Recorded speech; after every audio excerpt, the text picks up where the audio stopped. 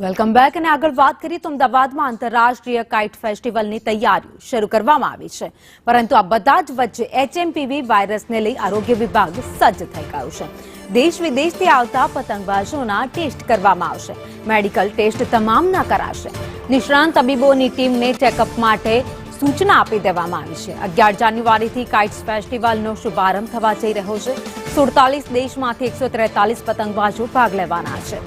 ગુજરાતમાંથી 11 શહેરોના 417 પતંગબાજ ભાગ લેશે। આંતરરાષ્ટ્રીય કાઇટ્સ ફેસ્ટિવલના ગણતરીના દિવસો એટલે કે માત્ર કાઉન્ટડાઉન બાકી રહ્યું છે અને તેની તૈયારીઓને પણ આખરી ઓપ આપવામાં આવી રહ્યો છે। દેશ વિદેશથી પતંગબાજો અહીંયા આવતા હોય છે અને કાઇટ્સ ફેસ્ટિવલમાં ભાગ પણ લેતા હોય છે।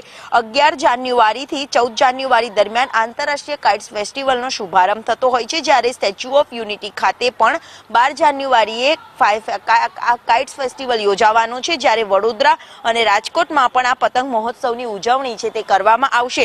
મહત્વનું છે કે 49 જેટલા દેશોના 149 પતંગબાજો આ કાઇટ્સ ફેસ્ટિવલમાં ભાગ લેવાના છે। સાથે જ અલગ અલગ રાજ્યના લોકો પણ અહીંયા જોડાવાના છે અને આંતરરાષ્ટ્રીય કાઇટ્સ ફેસ્ટિવલને લઈને ઉજવણી છે તે કરવા માટે સહભાગી પણ થવાના છે અને તેને લઈને તમામ તૈયારીઓને રિવરફ્રન્ટ ખાતે આખરી ઓપ આપવામાં આવી રહ્યો છે। કેમેરામેન પુખરાજ શર્મા સાથે દિવ્યા ચૌહાણ, સંદેશ ન્યૂઝ।